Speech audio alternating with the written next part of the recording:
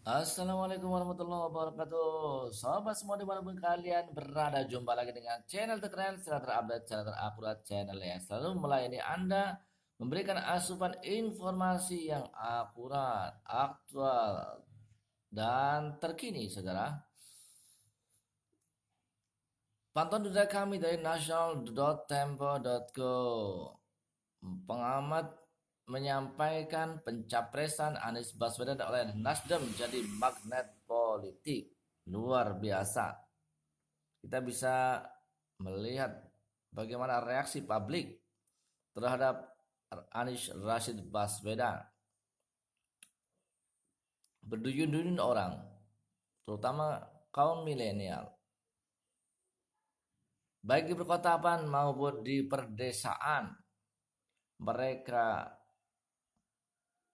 bergotong royong, mereka bekerja, mereka bergerak untuk bagaimana mengusahakan Anies Baswedan bisa menjadi Presiden Republik Indonesia. Inilah bagaimana suasana para relawan di setiap kunjungan Anies, selalu ramai, selalu disambut oleh massa yang histeris, massa yang sudah menginginkan adanya perubahan, massa yang sudah muak dengan keadaan Republik Indonesia yang kocar-kacir seperti ini di bawah rezim Jokowi dan PDIP. Rakyat menginginkan kesejahteraan, tapi yang diberikan oleh Jokowi dan PDIP adalah kesengsaraan.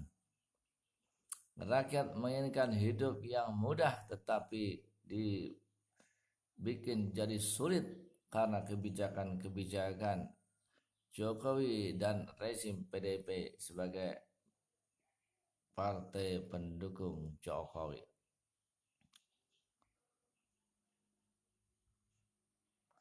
Dari Tempo.co Jakarta, Direktur Eksekutif Indonesia Political Review (IPR) Ujang Komarudin mengamati dampak politik setelah Partai Nasdem mengusung Anies Baswedan sebagai calon presiden.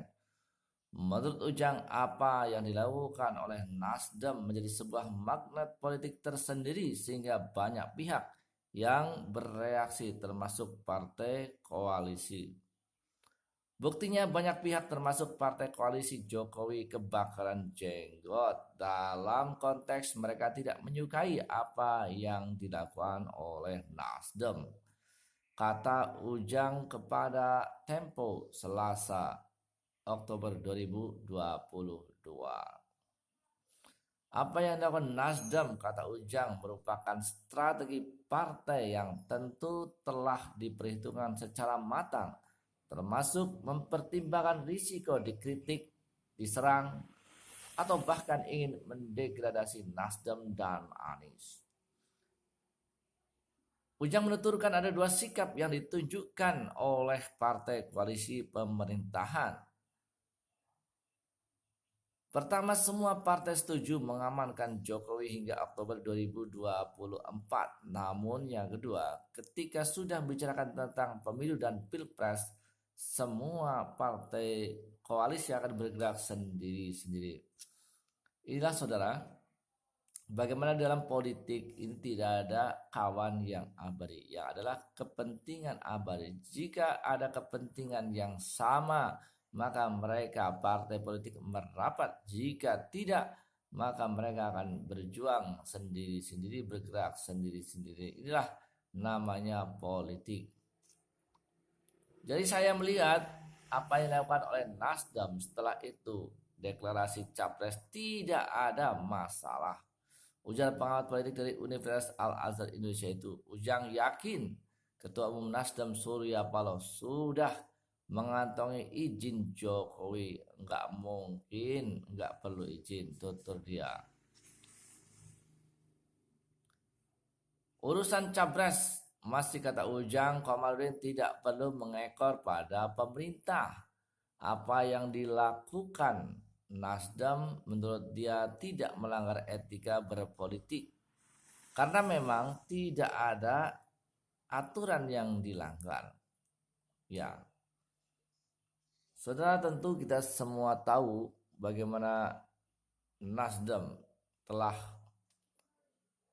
melakukan satu upaya mendahului partai-partai lain untuk mendeklar calon presidennya. Kenapa begitu? Tentu ini adalah trik atau strategi daripada Nasdem untuk menaikkan elektabilitasnya. Sebenarnya kita ketahui Nasdem tidak punya tokoh yang mampu untuk menaikkan elektabilitas, popularitas partai Nasdem kecuali hanya Surya Paloh sendiri. Dan juga kekuatan daripada para calon legislatif yang ada di bawah. Sementara tentunya personalia baik DPP maupun DPD maupun DPC itu masih kurang terasa geraknya dalam membangun masa di bawah atau grassroots yang solid, ya. Inilah PR semua partai politik tentunya, bagaimana membentuk satu komunitas, satu masa yang solid, yang dia ini fanatik kepada partainya tentunya, ya. Ini PR semua pihak, tetapi bukan untuk dibodohi masa itu, tetapi betul-betul memang untuk disejahterakan. Nah, tugas partai politik tentunya adalah mensejahterakan komunitasnya atau masa pemilihnya, ya. Jangan cuma diambil suaranya saja, kemudian setelah pemilu ditinggalkan. Atau kalau sudah jadi ditinggalkan. Apalagi kalau nggak jadi, wah repot. Ya, demikian saudara. Selanjutnya, Nasdem usulkan deklarasi koalisi 10 November.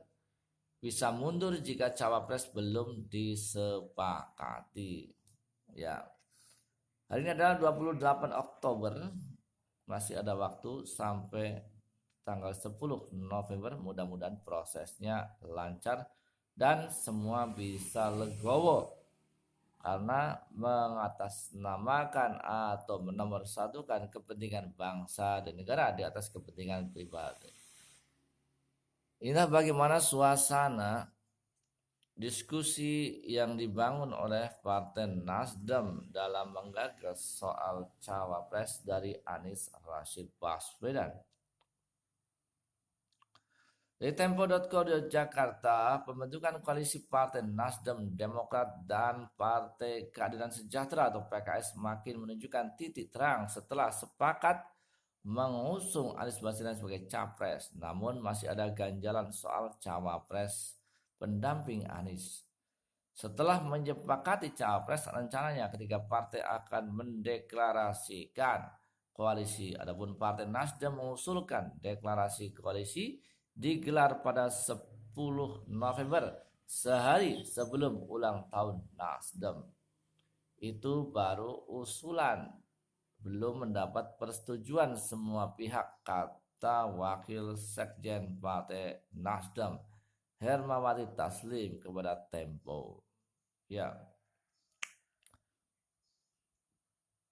Sementara itu, Ketua Badan Pemenangan Pemilu Partai Demokrat Andi Arief menyebut deklarasi koalisi pada November bisa tercapai sepanjang ketiga partai menyepakati soal cawapres. Jika tidak, kata dia, deklarasi bisa saja mundur. Sementara kita lihat dari republika.co.id. Pengamat menyatakan Anies adalah magnet politik yang sangat besar. Hal ini tentunya karena rekam jejak Anies yang sudah berhasil menjalankan amanah di Jakarta tuntas selama 5 tahun dan juga kinerjanya yang sangat apik, ciamik, dan elegan, luar biasa. Jakarta dibuat damai selama 5 tahun pemerintahan Anies Baswedan. tidak ada gaduh, tidak ada gejolak sebagaimana ketika dipimpin oleh Ahok. Rasanya indah kalau Indonesia kemudian nanti dipimpin oleh Anies Rashid Baswedan. Ini yang kita harapkan semua. Semoga kita akan segera mendapatkan pemimpin yang amanah, pemimpin yang cerdas, pemimpin yang jujur, pemimpin yang selalu menomorsatukan rakyatnya, yang akan mensejahterakan dan memberikan keadilan sosial bagi seluruh rakyat Indonesia. Pengamat komunikasi politik dari Universitas Esa Unggul, Jamiluddin Tritonga, mengatakan kehadiran sejumlah pimpinan partai politik di pernikahan anak Anies Baswedan mengindikasikan Gubernur DKI Jakarta diterima mayoritas elit politik nasional. Inilah magnet politik, orangnya santun, orangnya cerdas, orangnya berpikirnya adalah visioner, dan orangnya tidak egois serta melibatkan semua komponen untuk terlibat dalam kerja-kerja besar membangun Jakarta ketika itu. Dan nantinya tentu Anies akan lebih melejitkan Indonesia sebagai pemimpin dunia, bukan pengekor daripada kondisi global dunia. Selain itu, Anies masih dinilai sebagai salah satu magnet politik di tanah air. Hal itu membuat pimpinan parpol meringankan langkahnya menghadiri pernikahan putri kesayangan Anies Baswedan, katanya pada Sabtu 30 Juli 2022. Namun kehadiran semua pimpinan parpol tersebut tidak dengan sendirinya akan mengusung Anies dalam Pilpres. Di antara pimpinan parpol itu hadir semacam proyek silaturahim yang sudah terbina selama ini. Prabowo dan Caimin misalnya hadir di pernikahan anak Anies dan tampak hanya menjaga hubungan pertemanan dengan Anies. Ketua Umum Gerindra dan PKB tersebut hadir tidak bermaksud dalam konteks politik, apalagi mengaitkannya dengan Pilpres 2024. Prabowo dan Caimin tampaknya sudah satu hati untuk berkoalisi. Mereka tidak akan mengusung Anies pada Pilpres 2024. Berbeda halnya dengan Surya Paloh, Agus Harimurti Yudhoyono, dan Sohibul Iman. Kehadiran mereka tampak berkaitan dengan keinginan bersama Anies di Pilpres 2024. Tentunya kita akan mendoakan yang terbaik untuk Indonesia. Kita dukung terus usaha rakyat Indonesia mengusung Anies Rashid Baswedan untuk menjadi Presiden Republik Indonesia, karena inilah ikhtiar anak bangsa untuk bagaimana melihat Indonesia sejahtera, adil, makmur, dan berikan keadilan sosial bagi seluruh rakyat Indonesia. Dukung terus channel ini dan jangan lupa subscribe, like, comment, and share. Terima kasih. Assalamualaikum warahmatullahi wabarakatuh. Jika Anda pendukung Anies Baswedan, subscribe. Jika Anda adalah pendukung Nasdem, subscribe. Jika Anda pendukung Demokrat, subscribe. Dan jika Anda adalah pendukung PKS, subscribe channel ini.